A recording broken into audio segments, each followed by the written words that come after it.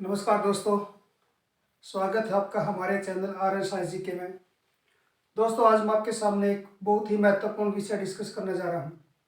वो विषय है कोरोना क्राइसिस का। आपको पता है कि ये जो दौर चल रहा है ये बहुत ही कठिन दौर है। आपको पता है कि कोरोना एक इतना भयंकर वायरस है, पता नहीं कितने जाने ले चुका है और कितनी और गंभीर अवस्था में है। बात दोस्तों हम करेंगे इसके लक्षण पहचानने की। हमें लक्षण पता होते हुए कई बार उसको इग्नोर कर देते हैं। इग्नोरेंस जो है एक बहुत बड़ा डिजास्टर लेके आती है। अगर हमें लक्षण पता है और वो लक्षण हमें शुरुआत में ही नजर आ जाते हैं तो इसका बेहतर एक ही तरीका है कि अपनी केयर करिए और समय पर ट्रीटमेंट लीजिए। लेकिन कई बार क्या होता है कि हमें छोटे मोटे हल्की बुखार खांसी हो जाती है तो हम सोचते हैं कि तो एक सामान्य बुखार आके चला जाएगा। लेकिन अब जो वायरल बुखार आ रहा है जिसके कारण निमोनिया हो जाता है, लंग्स के एल्वोलाई यानी कि फेफड़े खत्म हो रहे लोगों के, उसको कैसे पहचाने?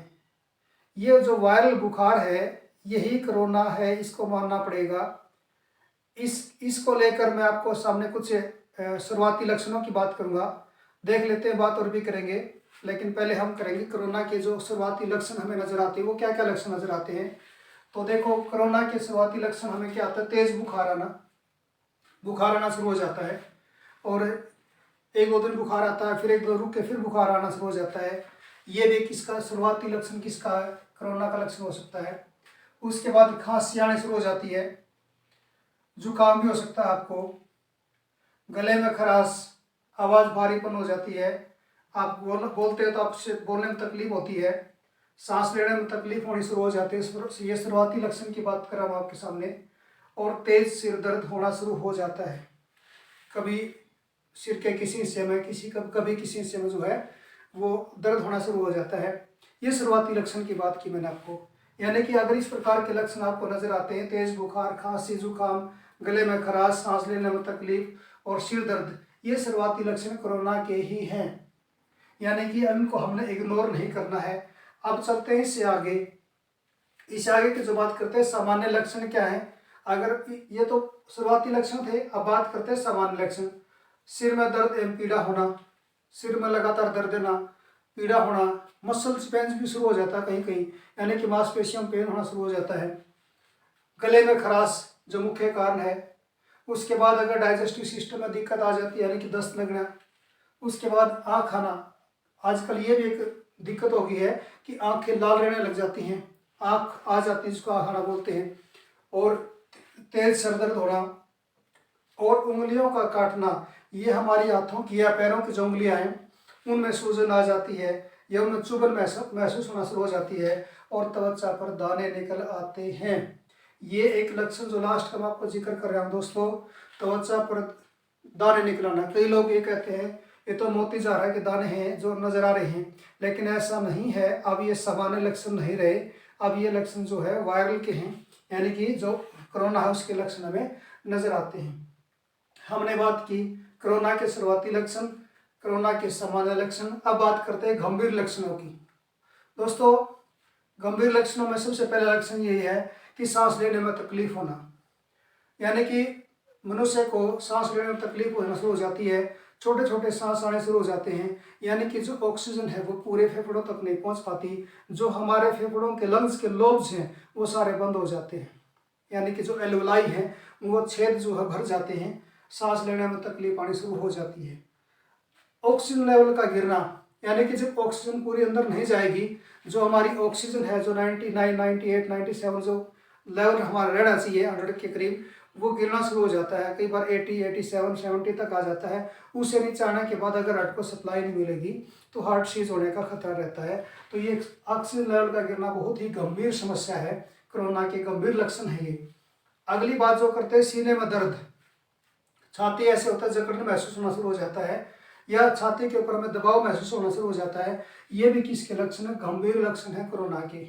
अब बात करते हैं बोलने और चलने में परेशानी हो जाना। जब आप चलते हो तो आप थोड़ी दूर चलने के बाद आपको सांस फूलनी शुरू हो जाती है, पैरों में दर्द होना शुरू हो जाता है, आप थकान महसूस करते हो, ऐसे लगता है कि पूरा बदन जो है टूट चुका है, यानी कि चलने में और बोलने में अगर आपको परेशानी होती है तो आप गंभीर लक्षण आपके अंदर कोरोना के एंटर कर चुके हैं, आपको ये मानना पड़ेगा। शरीर का टूटने लगना, पूरा शरीर जो है टूट जाता है, यानी कि हमारी हिम्मत जो है जवाब दे जाती है। तो ये लक्षण जो पहले शुरुआती लक्षण मैंने आपको जिक्र किया, फिर सामान्य लक्षणों के बारे में जिक्र किया, अब मैं आपके सामने जो गंभीर लक्षणों के बारे में जिक्र मैंने आपको किया, ये जो लक्षण आपको बताए हैं ये कोरोना के ही लक्षण हैं, इनको इग्नोर नहीं करना है। आप इग्नोरेंस करेंगे तो क्या होगा, उसके रिजल्ट जो है बेटर नहीं होंगे, यानी कि उसके रिजल्ट कहीं ना कहीं हमें नुकसान पहुंचाएंगे। अब जो नया स्ट्रेन आ गया है, इनके अलावा और हमारी बॉडी के अंदर वर्तमान में क्या लक्षण नजर आ रहे हैं, जो आजकल एक्सपर्ट या डॉक्टरों की टीम जो बताती है, ये तो लक्षण है ही। इसके अलावा और क्या लक्षण हमारी बॉडी के अंदर उभर कर आ रहे हैं जिससे हमें ये लगता है कि कोरोना हमारे अंदर एंटर कर चुका है। दोस्तों, ये और जीभ पर धब्बे और सूजन का उभरना, आजकल नया लक्षण आ गया कि जीभ जो है वो सूज जाती है या लाल हो जाती है, उसके ऊपर धब्बे भी पड़ जाते हैं। स्किन पर लालिमा एवं जलन महसूस होना, आपकी त्वचा कहीं से भी उसके ऊपर लालिमा आ जाएगी, या आपको खुजली होगी, या उसके ऊपर आपको जलन महसूस होगी। ये भी एक नया लक्षण अभी कोरोना की वजह से आया है। पाँवों के तलवों में जलन, अपने जो तलवे हैं पैरों में, उनमें जलन होना शुरू हो जाता है। स्किन एलर्जी हो जाती है, डायरिया भी इसका एक कारण है, उल्टी दस्त भी हो जाते हैं। अपच, यानी कि जो आप खाते हो आपको वो पचा हुआ पचता नहीं है, पेट में दर्द महसूस हो जाता है, बहती हुई नाक है, खांसी है, जुकाम है, आपकी जो स्मेल है वो चली जाती है, आपका टेस्ट आपको पता ही नहीं चलता, आपको आप जो खा रहे हो उसमें टेस्ट है या नहीं है, ये स्मेल उसके अंदर से नहीं आती है कि वो सुगंध अच्छी है दुर्गंध है। ये सारी चीज़ें जो आजकल जो लक्षण है, वर्तमान के लक्षण ये नजर आते हैं। क्या किया जाए? एक ही उपाय है दोस्तों, और उपाय है प्रिवेंशन, यानी कि हमें प्रिवेंशन करनी पड़ेगी। प्रिवेंशन क्या करें हम जिससे हमें बचत हो, यानी कि जिससे हम बच सके। पहली प्रिवेंशन तो यही है, हाथों को, यानी कि जब भी आप क्या क्या उपाय कर सकते हैं, प्रिवेंशन क्या ले सकते हैं। हम क्या बार करते हैं, दिन में को बहुत बार हमारी हाथों को हम मुंह से, जीभ से, नाक से टच करते हैं। एक तो इससे बचना है, और दूसरा कार्य हमें जो करना है, हाथों को जो आपके पास अवेलेबल है, साबुन है या अल्कोहल बेस्ड सैनिटाइजर है, हाथों को समय पर दिन में 2 या 3 बार आपको उसको धोना पड़ेगा, यानी कि धोना चाहिए। दूसरा क्या और बात हम क्या कर सकते हैं कि सेफ डिस्टेंस। कई बार क्या होता है, हम भूल जाते हैं, हम स्वस्थ हैं, हमें ये नहीं पता होता कि हम बीमारी आजकल फैली हुई है, हमारे दिमाग से निकल जाती बातें, लेकिन हमें ये बात याद रखनी पड़ेगी कि चाहे स्वस्थ मनुष्य भी हो, उससे हमें 2 गज का डिस्टेंस या दूरी बना के रखना पड़ेगा। और जैसे मैंने पहले बताया कि हाथों से नाक को, मुंह को हमें टच नहीं करना है। उसके बाद हम क्या कर सकते हैं, फेस मास्क जैसे भी आपके पास अवेलेबल हो, फेस मास्क का इस्तेमाल जरूर करिए। कई लोगों का तर्क होता है कि फेस मास्क से जो है ऑक्सीजन हमारे अंदर कम चली जाएगी, नहीं, ऐसा कुछ भी नहीं है।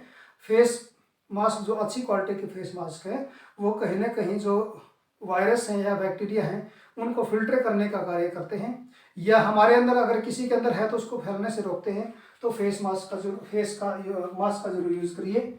और आप समय समय पर इम्यूनिटी बूस्टर भी ले सकते हैं, यानी कि मार्केट में बहुत सारे इम्यूनिटी बूस्टर आए हुए हैं जो आपकी इम्यूनिटी को बढ़ाएंगे। मेन कारण इसका कोरोना वायरस का ये है कि अगर आपकी इम्यूनिटी कमज़ोर है तो आप ग्रसित होने की संभावना ज़्यादा होती है। तो इम्यूनिटी बूस्टर लेते रहिए। और अगर आपके अंदर गंभीर लक्षण हो भी जाएं तो बगैर किसी हेजिटेशन के अपना टेस्ट करवाएं, डॉक्टर की सलाह में चिकित्सक के पास जाएं, और जो ट्रीटमेंट अवेलेबल है उस ट्रीटमेंट को लीजिए।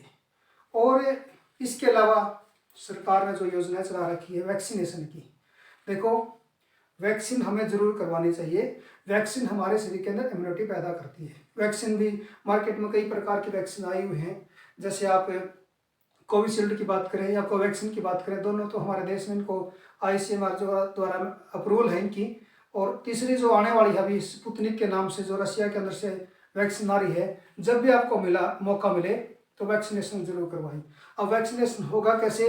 वैक्सीनेशन के लिए आपको कोविन.डॉट के ऊपर जो है www.cowin.gov.in पर जाके लॉगिन करके आप अपना रजिस्ट्रेशन कर सकते हैं। रजिस्ट्रेशन के बाद आपने शेड्यूल लेना है, यानी कि आपने तारीख और जगह आपने चूज करनी है, उसी डेट में जाकर जो है आप अपना वैक्सीनेशन करवा सकते हैं।